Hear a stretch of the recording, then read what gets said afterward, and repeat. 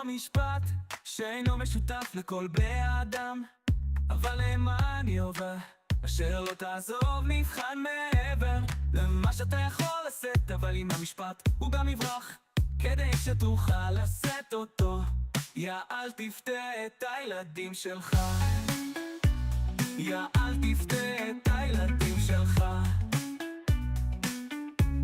מאסטר יושע בחן אותי וניצח, החיים שלי הם ניצחון עבור. יציל אותי, יציל אותי.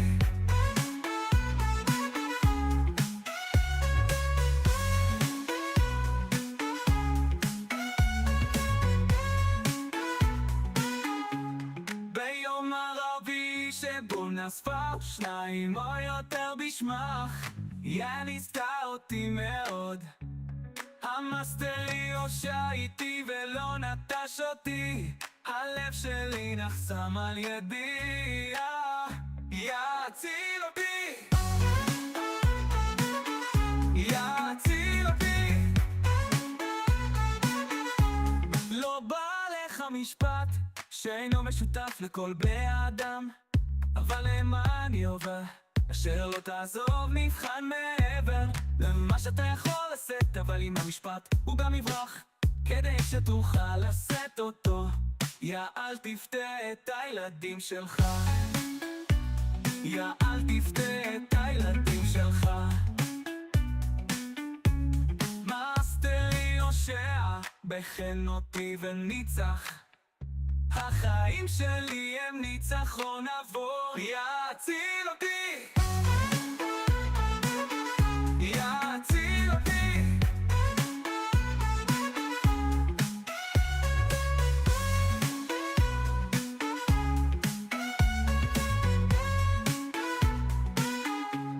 ביום ערבי שבו נאספה שניים או יותר בשמך, יא ניסתה אותי מאוד. המאסטר יושע איתי ולא נטש אותי, הלב שלי נחסם על ידי. יציל אותי.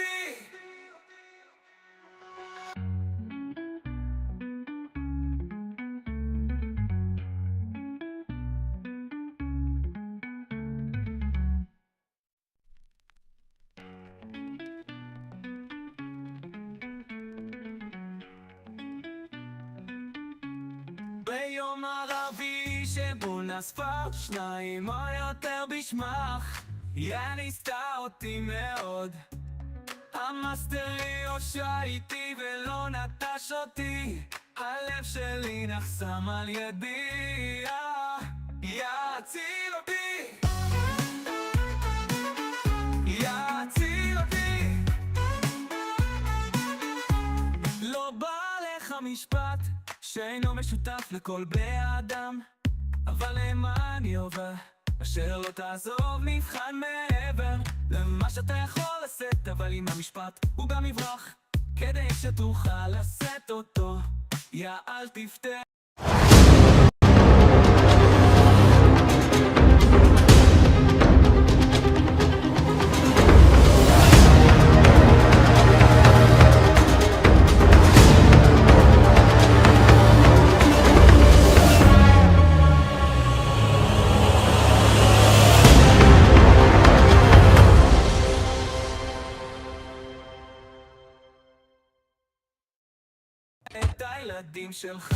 Shalom.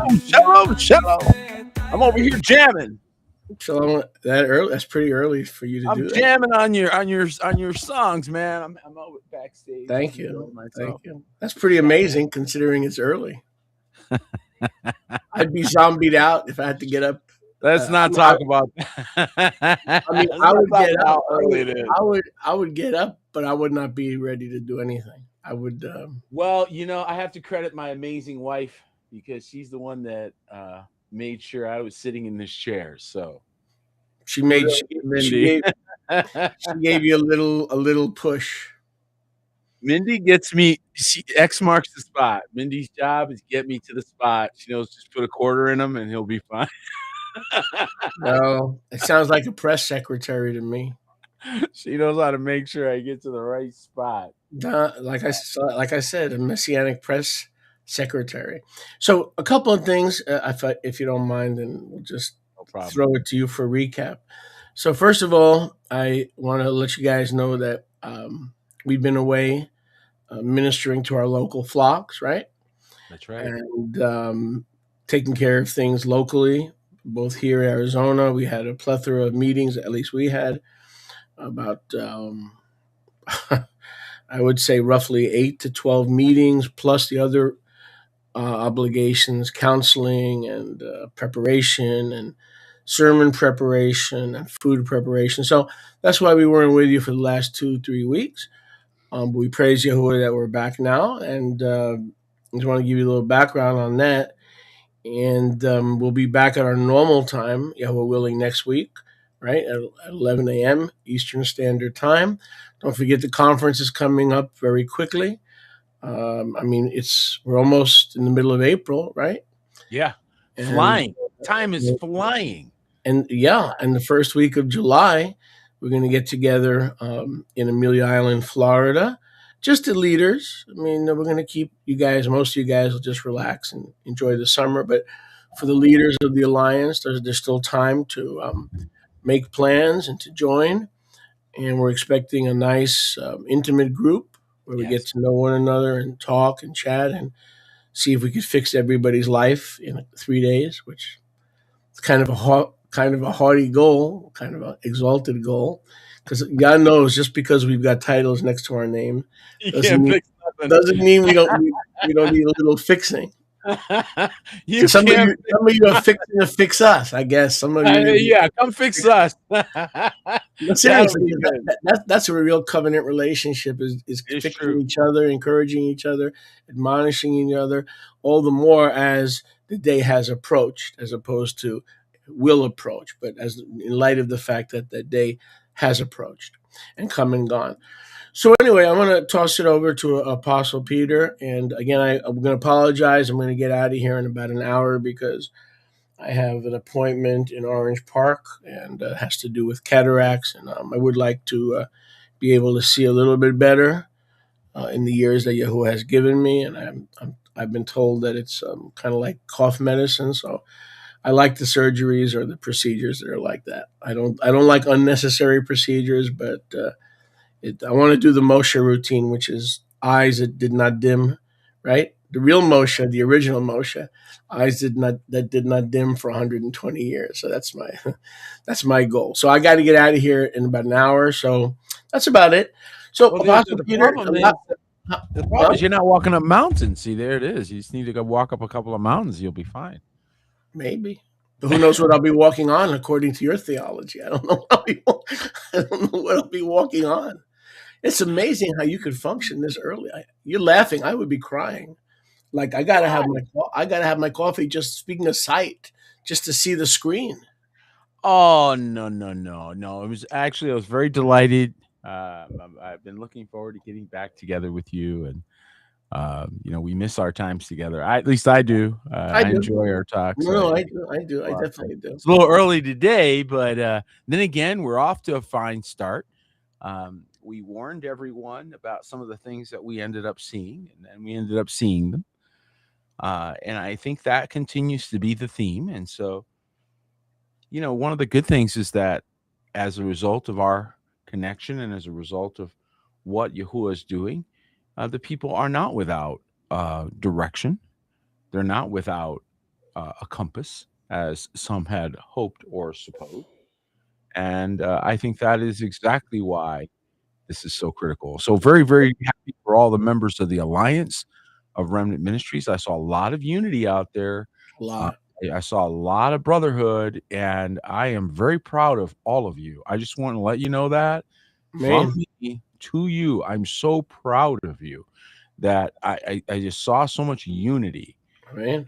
And I have to say, Alliance, you are impressive. It's impressive to see grown, many of ministries. I mean, I think of my brother Levino. I think of my other brothers that have come on board, and they're doing their own things. They got their own streams. They got their own directions. But boy, we remain united, and I'm just so encouraged by that, brother. Really Everybody am. has their own niche. Everybody has their own lane. Yeah.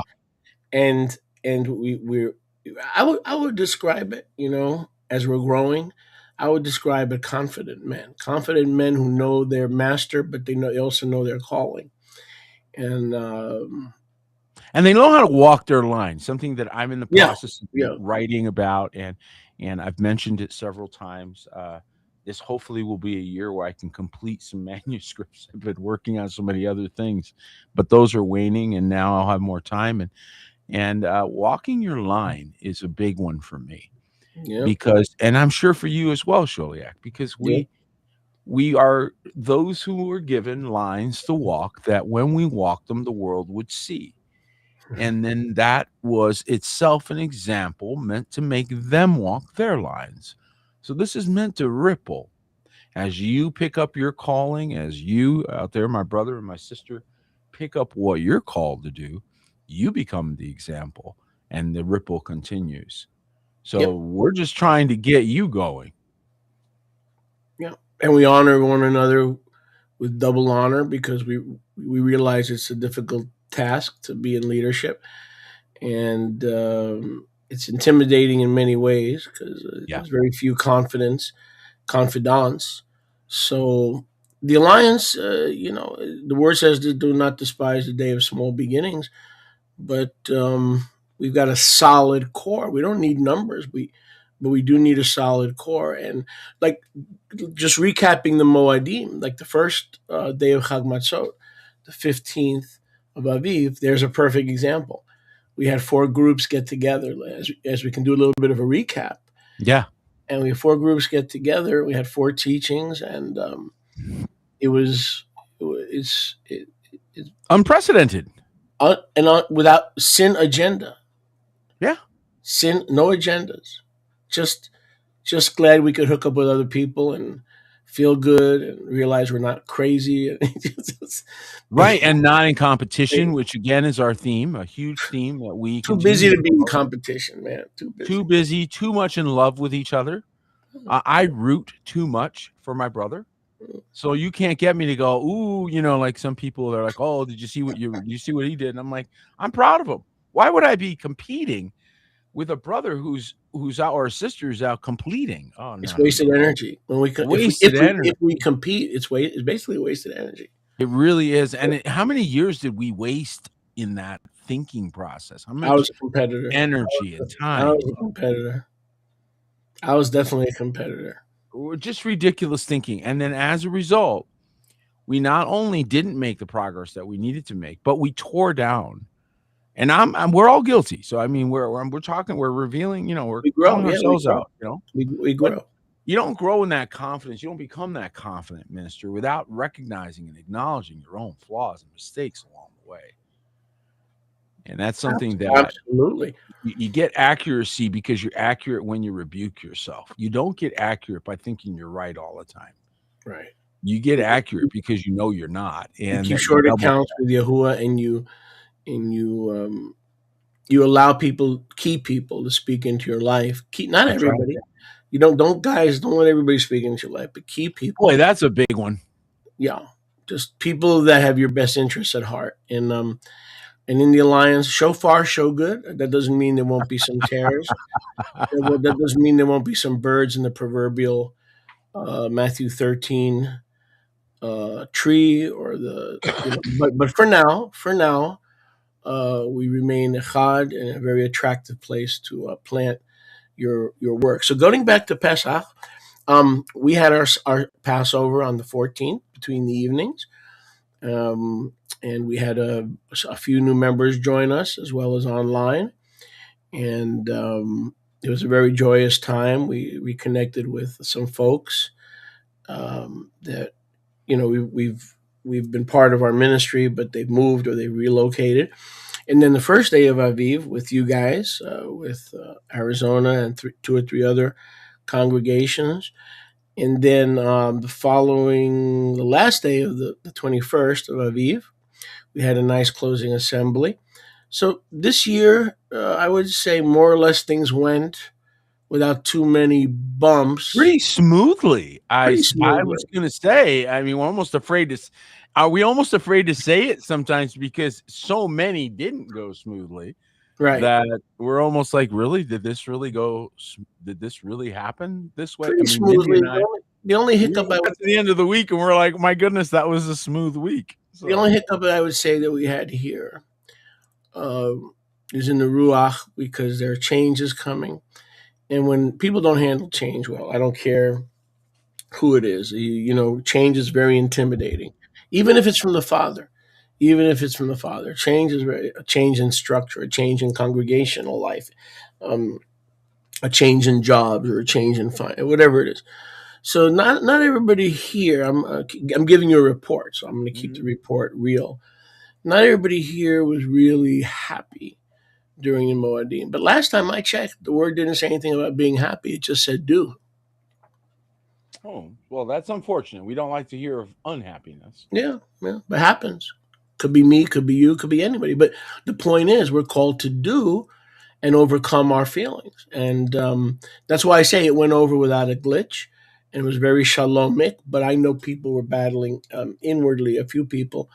But they get the victory because they did the mitzvah. The victory is in the doing, and so that they don't deceive themselves thinking that they're doing when they're not doing. So you could feel crappy 1 or 2 days, but that's not going to negate the favor of Yahuwah that He has ordained for the doers of the word, right?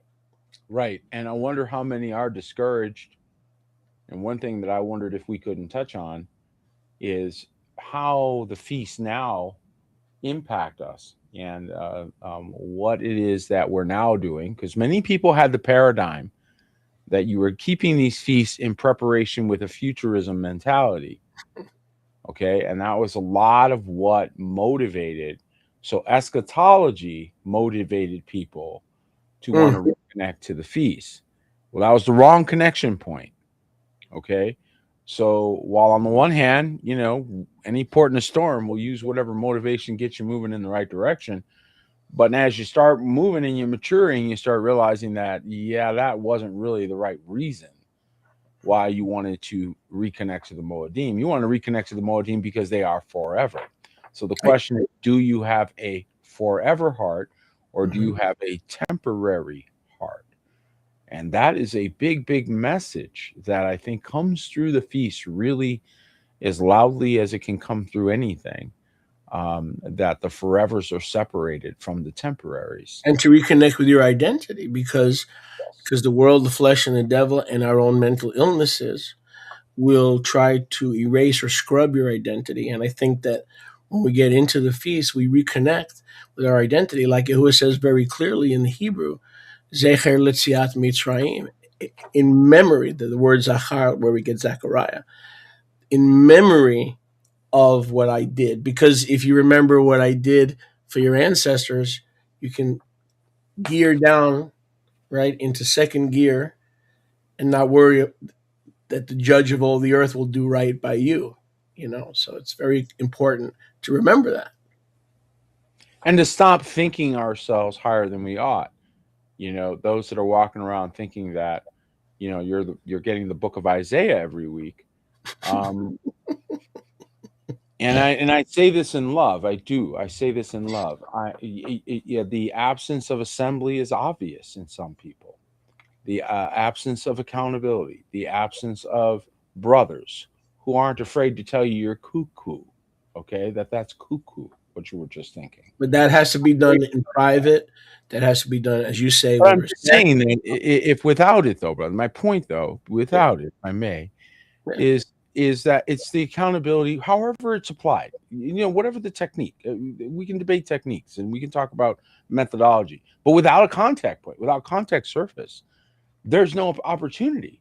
It doesn't matter how it's delivered. It can be delivered with butterflies and rainbows. If there's no relationship, you're never going to see it. And so it's obvious that we are absent the relationships themselves, not the content, not the rebukes, not all that. The relationships is what's making that ineffective. Without the relationship, you could have the best points, the best content, the best everything. I mean, you could be amazing, and nobody's going to hear you because the relationships are That's not key. there. And that's why Yahusha kept the relationships to 12. Because Yes, in the mixed multitude, they were mixed up. They were mixed up mentally, they were mixed up emotionally, they were mixed up doctrinally. You had Herodians hanging with Pharisees, you know, political strange bedfellows. And when we get together for the Moadim, they have to be covenant people. They don't become covenant people based on come what on. they're about to do. They have to be covenant people. And I find, and this is going to step on a few toes, that even people that are members, check this out. See if you agree with this. Hmm. Even if some people during the Moadim are members of a house, right? Right. But they're not as committed as the real committed members of the house. They don't know what is expected of them. They may be willing to give honor, they may be willing to give respect, they may be willing to bring their honor, but because they're not there on a weekly basis, maybe they can't be. Maybe they can't be there on a weekly basis. But the ones that I find that pop in and out, they don't know how we really conduct ourselves from week to week. And they are the ones who will speak out of turn. The problem Yes. that I have had during the years, going back 15, 20 years, is people who love me and who care about me. But because they're not plugged in on a weekly basis, they will confront me or get loud. I had to pull one brother aside during Pesach, and I called him into my office. It took 10 seconds. I said, I'm not going to spend a lot of time. And we were all enjoying ourselves, having fun. So I made a comment about having more children. And he got loud right in the middle of the Passover. I pulled him aside and I said, you don't do that here. I says, I was just joking. And maybe you were too drunk to tell the fact if I was serious or I was joking. He says, so, and he's a good young man. But the problem is being plugged in, you know how the local assembly conducts themselves, and you're less likely to make a fool out of yourself and have to be pulled aside and be rebuked. So what I'm trying to say is the ones who are plugged in regularly are the really ones who grow. And Yes. I encourage everybody to be as plugged in as possible, week to week, Wednesday to Wednesday, Friday to Friday. I think we're rehearsing for rehearsals. And then when you see the feast days come and people go, oh, we should get involved in this. This is something we talk about all throughout the year. The feasts are not the time to connect into a fellowship. It's like too late.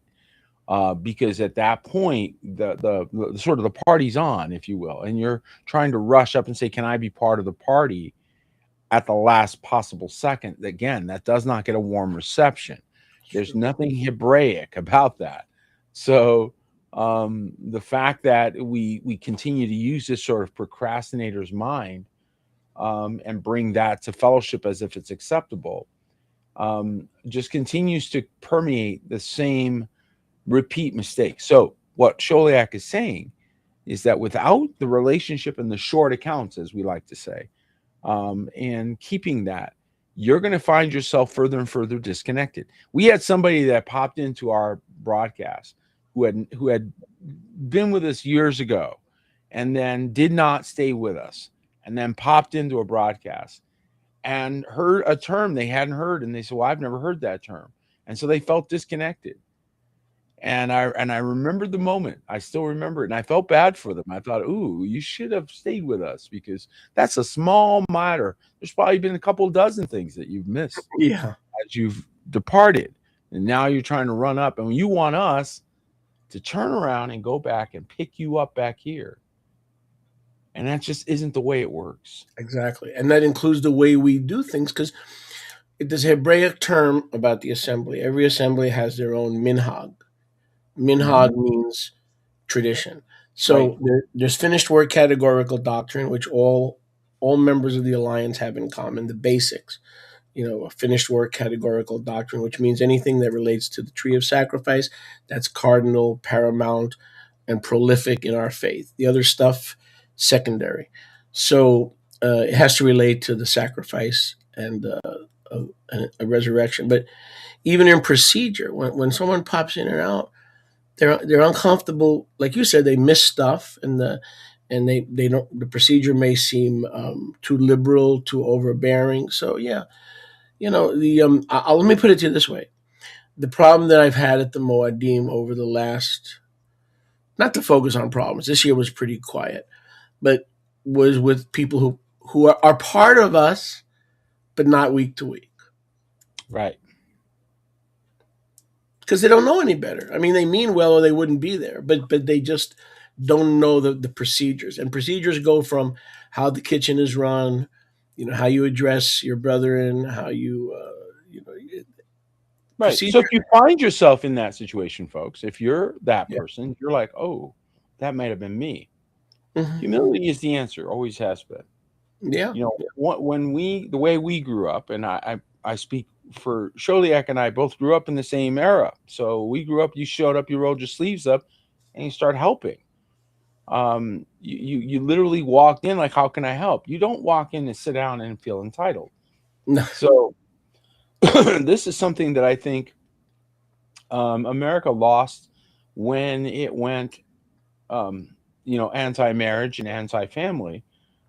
We lost that cohesion. We lost those simple instructions that we used to all receive, and now we don't. So we need a lot of grown-ups, a lot more parenting out there, spiritual parenting, father to the fatherless, to say, hey, pull your pants up and show up on time.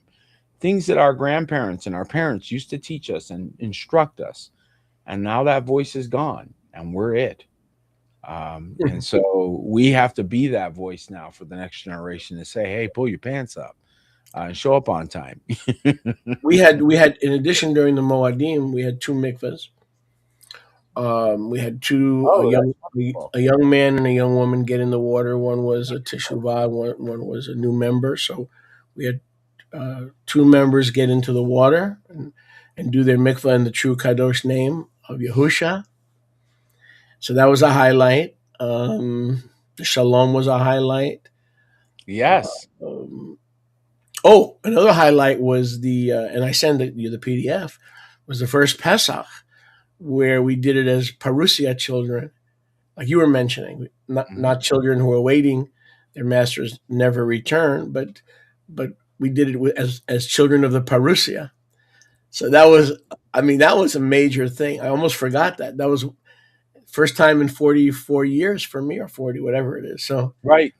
That was a major shift. So what did it tell me about that? Tell me how that impacted. Well, I mean, it got all the leaven out of the Seder. Like we thought we had, how you think you have all the leaven out? Mm-hmm. Opening the door for Elijah. Dude, Elijah ain't, the only place Elijah's coming is on the subway, okay, in New York City. Elijah ain't coming. Okay, he came. Yusha said he came, and he will, and he was here, and they did to him whatever they want. Okay, so we used to open the door, it's Eliyahu. It's like stuff like that. Mm-hmm. So now we know John the Baptist was Elijah. We believe both times, one visible, one invisible. But Elijah ain't coming. Yahusha told you. First he said Elijah has come. First he said Elijah will come, but he has come. Well, wait a second. That doesn't make any sense. He will come, but he has come, right? So there's not 2 Elijahs or 15 Elijahs. Anyway, but the point is, a little stuff like that, and it was just, it was as clean Exodus 12 as we've ever done. Let me put it to you that way. Well, there you have it. I mean, I think you summed it up beautifully. You ended up with clarity. The confusion is gone. The one of the things that we continue to point out is he says the wicked are destroyed. The wicked one is consumed by the brightness of the king's coming.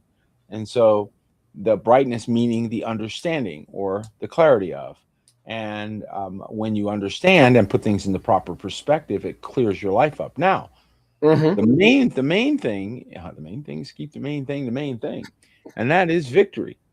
Victory is granted unto you, the remnant. You were granted the victory. That is and we're not going to talk about this week. Next week, we're going to talk about the supernatural that needs to now be part of your daily walk. And that Sure requires need it. agreement. It requires that ecclesia that you might have stepped around. So you got to have that, an agreement, and pressing in faith. And we're going to talk a little bit about that because you need to walk in that. But nevertheless, this door, you can feel the shifting going on. How many of you out there are feeling it? Like everything has shifted in the last Pesach that we just went through. Now you asked me what other thing I can pinpoint. Something popped to mind: the 4 cups, the tradition, no doubt. You don't have to have 4 cups; it's tradition, but it's a nice tradition. The 4th cup is the cup of the kingdom, right? Mm-hmm. So that cup meant something entirely different.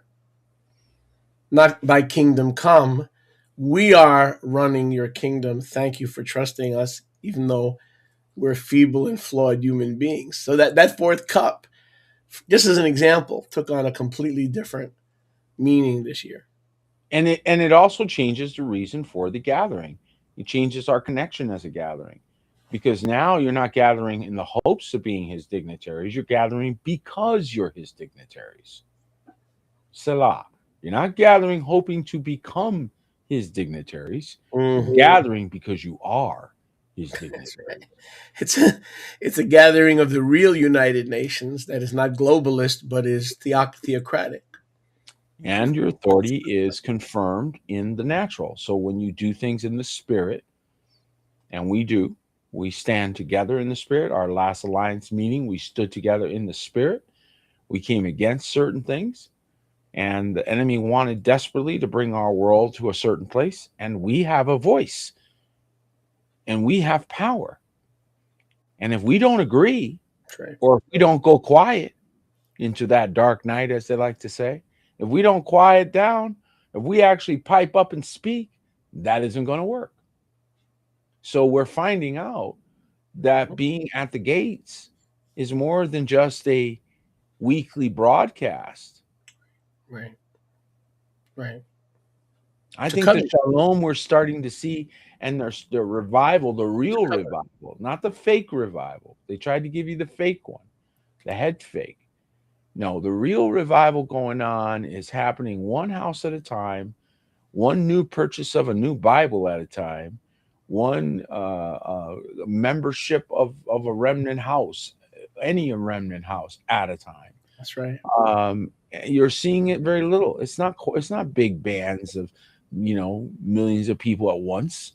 No, it's one individual here, one individual there that he's putting his finger on, and he's saying, "You come with me, follow me, come follow me." Some of you can tell me right now, you probably, if I were talking privately, you'd have a testimony how he just put his hand on you in just this last little season since the feast started. He's already put his hand on you and said, "Come and follow me." What's going on here?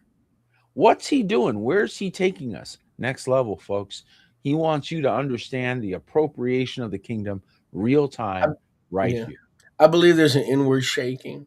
Yes. During Moadim. And by the way, we're not out of it. We are now on day 2 of the Omer. That's right. So everybody keep that in mind, that we are on the, and by the way, before I forget, in Leviticus 23, it says, Apostle Peter Martinez shall count, and the rest of you can watch. No. Come on, man. It says you shall count. So Yahuwah doesn't want us to give up on the shaking and the awakening that he's doing in our hearts, and the way he keeps us focused as the United Nations of the world, meaning the true theocracy, is to connect Pesach to Shavuot by counting the Omer. And each individual, forget about each house, each individual, it says you shall count. That's the commandment.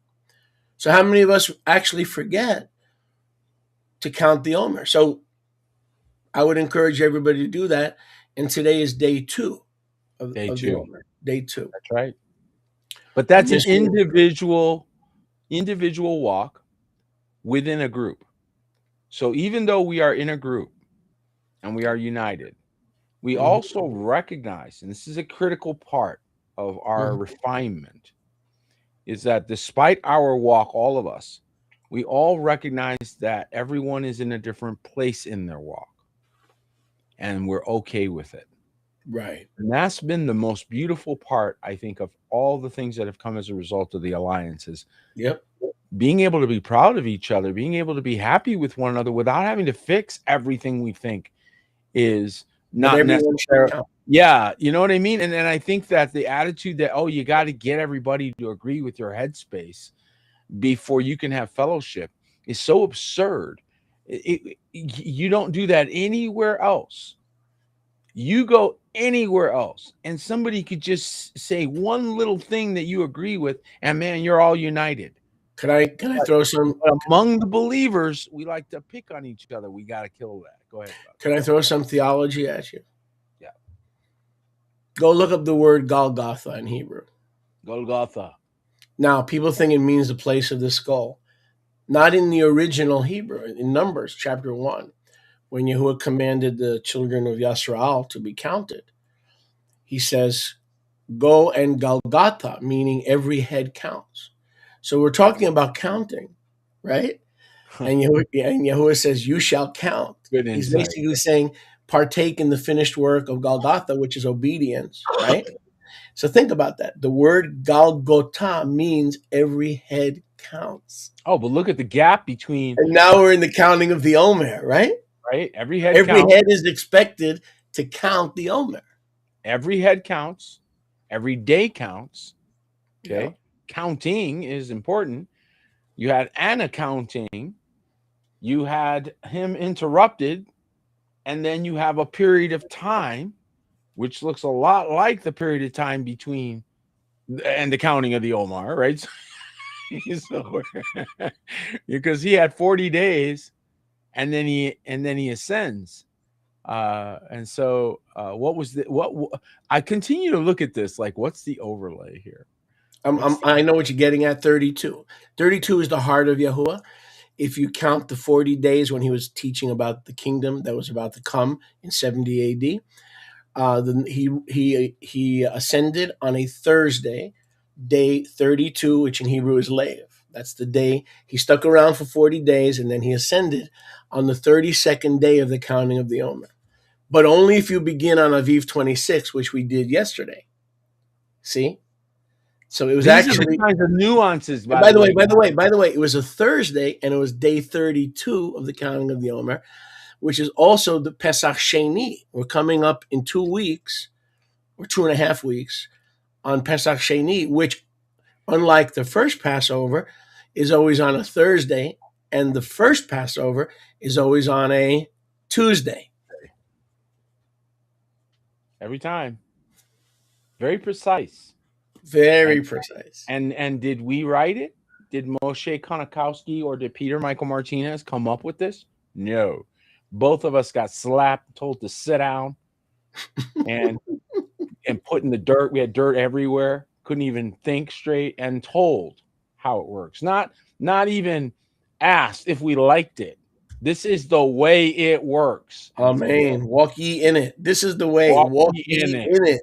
That's it. Not what do you think? You agree? None of that. That was nonsense. Sit down in the dirt. You had to crawl in a cave to get in the dirt. Humble. Everything is humility. The whole kingdom is a humility test. The whole thing is a humility test from day one. Including the counting. Yes. The counting of the Omer. In other words, it's not, okay, the feasts are over and we have a vacation. No, you still count because every head counts. Yes. And Golgotha, the place of the skull, is where the head of the assembly watches who repents, who stays in Judaism, who stays in ism, this ism, that ism, this ism, that ism. And he counts the heads who are Golgotha. Every head is counted. So one of the million reasons to count the Omer is to become familiar with a counting or his counting. The concept is so strong. It's incredible. And when you give him when you give him your head, what does he do? Does he stare at your bald spot? No. When you give him your head, he counts the hairs on your head. Okay, so once again, let me just touch on this because he just triggered something. So number one thing, he counts the hairs on your head. He also crowns you. Yes. Let no man take thy crown, which only you can give up by your own disobedience, right? So you're saying, no, I'm going to continue to walk in this thing. And each day that you're counting, think about this. Think about the first century assembly counting from his resurrection, wondering when their parusio would occur. When will they experience? And they're reading letters from Paul and John and others saying, hang on, endure. Just don't quit. And they finally get it. Well, there's a time period in there. There's a counting in there. There's a patience in there. There's an enduring to the end in there. All of it, the entirety of the doctrine that we all study and look at was pantomimed for us, was panoramically demonstrated by real people who endured horrific persecution, horrific tribulation to endure to the end as our examples, just as Peter said. To preserve the faith once and for all time delivered to the saints. They died and suffered to preserve what we should treasure. Hey, check this out. So if you count the days from Aviv 18, which is Resurrection Shabbat, right? Aviv 18 is Resurrection Shabbat. He says he rose, and then he said he was with the Talmidim for 40 days and 40 nights, speaking and teaching of those things coming to the kingdom. So do the math. From Aviv 18, count 40 days, and you will come to the 32nd day of the counting of the Omer. See, you've got to start from the day of the resurrection, okay? And when you do that, you will come to the 32nd day of the counting of the Omer. So basically, when I don't know if he told his Talmidim that he'll be with them for 40 days, or that's something in retrospect that we understand. But if he told his Talmidim, and there's a good possibility that I will be with you for 40 days, and then on the 40th day your master will be ascended or taken, then they knew exactly when he would ascend. Now, I'm not saying he told them that. In retrospect, Luke accounts that to Theophilus. Interesting. I wonder if Yosha ever told them, listen, guys, I'm going to be here giving you Bible study for 40 days so that you'll know exactly the day your master is taken. I'm wondering about that. That's a very... I look forward to how you settle that one. We'll settle it at the conference. Who do you ask that one for? One thing I wanted to point out that I think came out during the feast that I don't think everybody kind of thought about until it came out was that a ransom is not established by the payer. So there are many people that have criticized. In fact, I saw one theme where people were like, why, human sacrifice, and they were condemning the sacrifice of Mashiach as human sacrifice, and they were trying to negate it. They were trying to negate its veracity. But I would remind everyone that the ransom is not established by the one who pays it, but by the one holding the ransom. And our enemy figured out blood and figured out that blood cries out a long time ago, very first murder. So it was right then and there that the decision was made that the son would have to give his life. This is why he talks about redeeming the firstborn in the children of Yasharel there in Egypt, which parenthetically is us coming out of the world.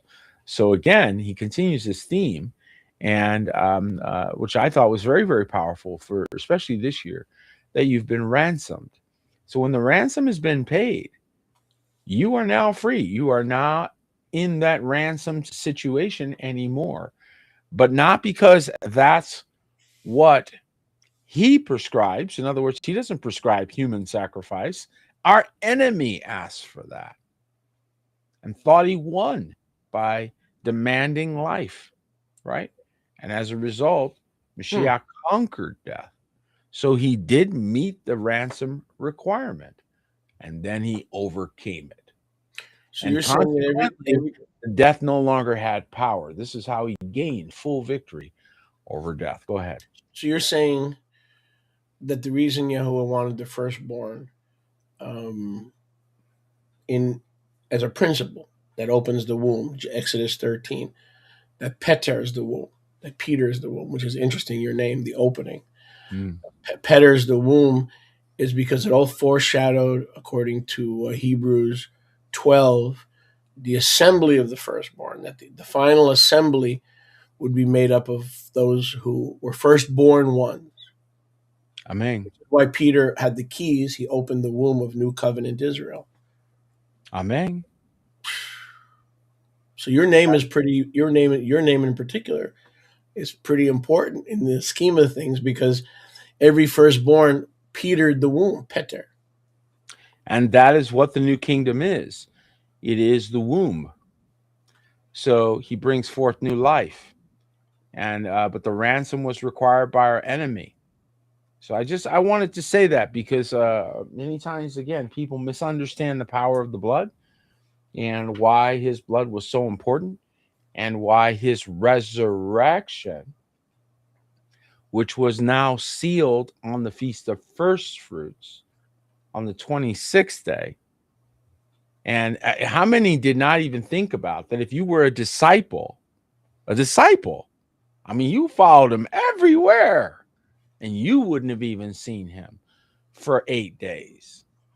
Even you wouldn't have seen him for 8 days. Where you at? He rose. We know he rose, but where you at? He made you From the wait 18th to the after 26th. the Feast of First Fruits, and then appears, not during, after 8 days, after he appears, having complied. See, this is the part that many people miss. Where were they? They were together. That's what you're supposed to be on the Feast of First Fruits. And so they were. They were together. Amen. Wow. Yeah, that's powerful.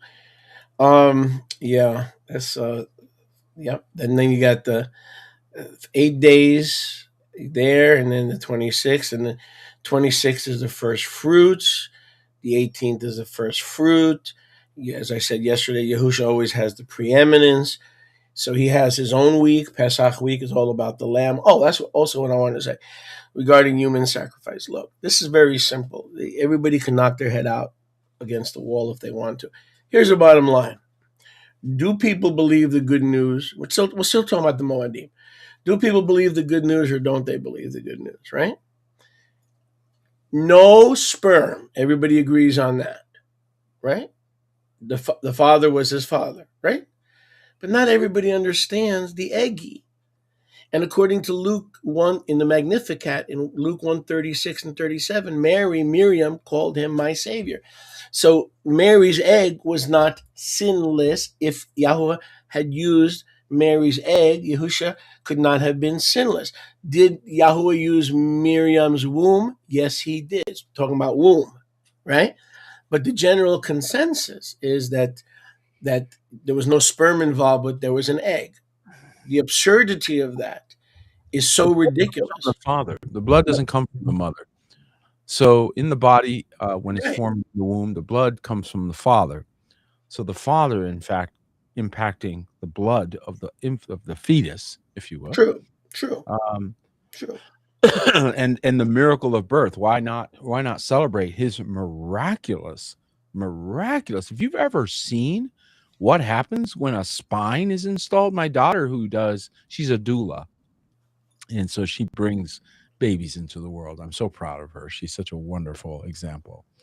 And she sent me a video one time of in the fetus how that the spine, and they did it with light, and they were just showing how it lights up, how each of the brilliance of creation, the brilliance of the womb. And you gain so much respect for his process, which explains why the fallen taught men to abort, or women to abort, pre-flood, This came as a result of the fallen, the Nephilim, and they taught these wicked things to destroy the brilliance of. I mean, just out of pure jealousy, just pure jealousy. Okay, and they destroyed the brilliance of Yahuwah's creation, or attempted to. Tempted, yeah. And attempted to usurp it. And they were the original incubator of bastard makers. Sorry, folks. I'm just going to keep it real. And they continue to do that. But you know what? You're the remnant. You're the people that come out of that. And anybody, I don't care where you came from, can be redeemed and recovered. So he is father to even the fatherless. Yes, brother. Yep. But the whole human sacrificial argument is satanic, because, and I'll leave it with this because I don't want to get it. I'll leave it with this. Like you said, all the blood is determined by the father. He had no father, but he also had no mother, because he says over and over again, "Woman, behold your son. Woman, what have I to do with you?" He did not consider her his mother. You follow what I'm saying? Woman, behold your son. Not only that, there was no egg. Not only that, if in order for him to be a human sacrifice, everybody listen. Everybody who thinks they're smart, listen. Yahusha would have to come from the dirt. 1 Corinthians 15 is clear. The first Adam came from the dirt. The second Adam is the Kurios from Seleos, or from heaven. From the Shamayim. You don't have the same origin. In order for Yahusha to be a human sacrifice, dude, he'd have to be taken from the dirt. Nevertheless, the price requirement was the same. So Yes. had they known what they were doing, they would never have crucified the king of all kavod, because they didn't understand the legal maneuver that he was actually pulling on them. So it was only until after he was done that they realized that it was just check and mate. It was not before. Before, they thought they had him. They beat him. And he submitted himself, even though they had no idea what he was doing. But you make a great point, which is that you don't know how many, and I don't know how many believers have fallen away from the faith, and now are going to, their destiny is outside the New Jerusalem, because they've been fed the lie that he was a human sacrifice. Yahuwah says in Jeremiah about a human sacrifice, it never entered my mind. Never entered my mind. What are you clowns talking about? Whose idea was this? It wasn't his. Somebody else required it, and he paid it. Someone else holding you ransom said, well, this is a requirement, and he paid it. But the tragedy is in all those who reject Messiah, who once accepted him, who have fallen away because they believe this lie about that he was a human sacrifice. And that is because they deserve what Yahusha did to Peter, which is, get thee behind me, Satan. Because as long as you think as man thinks, I cannot make you a citizen of the kingdom. That's the tragedy, Peter. People you know, people you once knew, they're no longer believing because of this human sacrifice lie. This is a biggie. This is a biggie in Satan's arsenal. This is It is, and also we have to remember results are everything. Wisdom is justified in her children. Look at the lives. Yahuwah will confirm his will. So look carefully at their life. And if you don't want that life, don't follow that. Just saying. You don't want to be 80 years old begging, then don't follow that. Okay? Follow wise people. Follow wisdom. Pursue understanding. One of the reasons why assembly is so important is so folks can connect with those that can mentor, encourage, and support their walk. And stabilize. Yes, very much a stabilization. And accountability does that. When did accountability become a bad word? That's a great point. When did the entire counting of the Omer is us accepting accountability? And so when we say we have no accountability, we don't have the ability to count, which means you're not counting the Omer. It just all connects. Accountability is everything. We have to be willing to give account. In fact, we should be looking forward to it, so that if you do it ahead of time, you rehearse. I go sit with Moshe and I say, look over my stuff and make sure I'm right. And he says, oh, Peter, I see a couple of things. I'm going to be grateful. Thank you, brother. You caught it before I got inspected and gotten in trouble. Who doesn't love that? I don't know. I appreciate my friends. Most of the stuff you got right, just little stuff. Like I showed you the Yom Echad versus Yom Rishon. Little stuff. I didn't catch you on any big. All the big stuff you're correct about. But the thing is, with the rabbis and the Jews, it's like Yom Rishon. Well, that's beautiful. But if you read Genesis 1, it doesn't say Rishon. So little stuff, little. Yeah, Yom Echad, right? No, you're right. Yom Echad. Little things that they matter though, and without your brother. And why Echad? Because the first Yom had 3 parts. That's why. And if you don't have a brother, thank you, brother. If you don't have a brother that cares and has the courage, so this is why we're the house of the strong and courageous. Very courageous. Okay. Why courageous? Because it takes courage to tell your brother the truth. That's why. Okay. It's easy to lie to him. Tell him, no, that looks great. Or how many people tell their wife, oh, that food was good, or yeah, it was a great dinner. You're going to get it again, buddy. You might want to tell her what it really tasted like. Oh, I just did that on Shabbat, and she came at me and said, well, I'm not a restaurant. She's right. And here's another one, bud. You might be asked to demonstrate, so watch that. Be careful. You better not talk unless you're good at there slinging that hash yourself. Okay. I got to give her credit, man. By example. I got to give her credit. I said, but I was kind of nice. I was like, last week on Shabbat, the chicken was great. I said, but this week it was not so good. She goes, well, I'm not a restaurant. That's a good answer. I mean, I can't argue. That's a good answer. What can I say? You know what we say around here? I used to say that just quickly for those of you, because Mindy is becoming a phenomenal cook. Literally gets bell rings. What do you mean becoming? You can get in trouble. She was not a phenomenal cook. She became one. She will tell you that. And I want to tell you that it's because of positive feedback and not being afraid to say this is not a keeper. And because she can trust honest feedback, she knew it wasn't personal. She knew it wasn't attacking her. She knew that I'm on her side, right? So when she would hit one out of the park, man, you celebrate that. You let her know that was good. It was delivered in covenant love, and that makes the difference. It really does. Some stranger can't just walk up to your wife and say cooking sucks. No, but when you're in covenant love, then you take it from the source. Then you do it in love. You do things with understanding that you're going to be there the next day. There's no over-the-shoulder boulders you're throwing at anybody. This whole I'm leaving, let me give you my last assessment as I go. Keep that. Take it with you as you leave.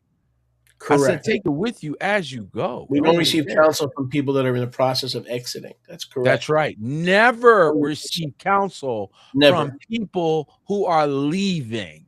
Or never show up at the time they tell you to, or do what they tell you. They say that, right, do not take counsel. Your counsel should come from a small circle of friends. Remember Phil Oakes? That's right. Remember the singer Phil Oakes? He had a song, A Small Circle of Friends. Okay? You better take your advice from a small, faithful, covenant circle of friends. That's right. Folks, I want to remind you to get on over to rstne.com. Make sure you get your own copy. I just got my new one.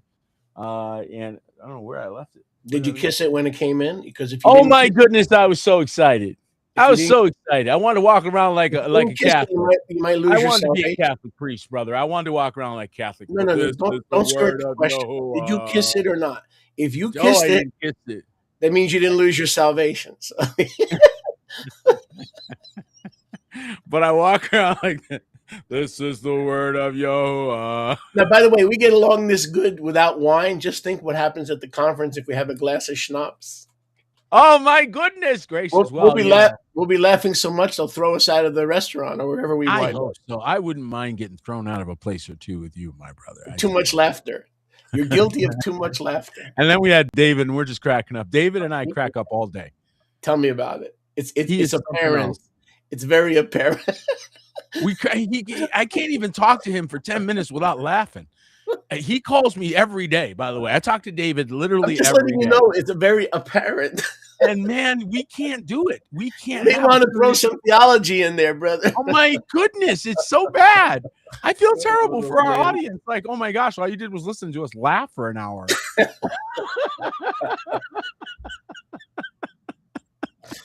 But But then Jeff comes to rescue you from the beach. Oh, and he's even more Too much hilarious. laughter. We need Oh, a Jeff little is- doctrine. We need a He little is the doctrine. best. Don't you just love him? He knows when to get well, serious, though. I mean, it's you guys have some good chemistry there for sure. we do. Well, listen, you've got to run. Yes, and, sir. We've got to get you to your appointment.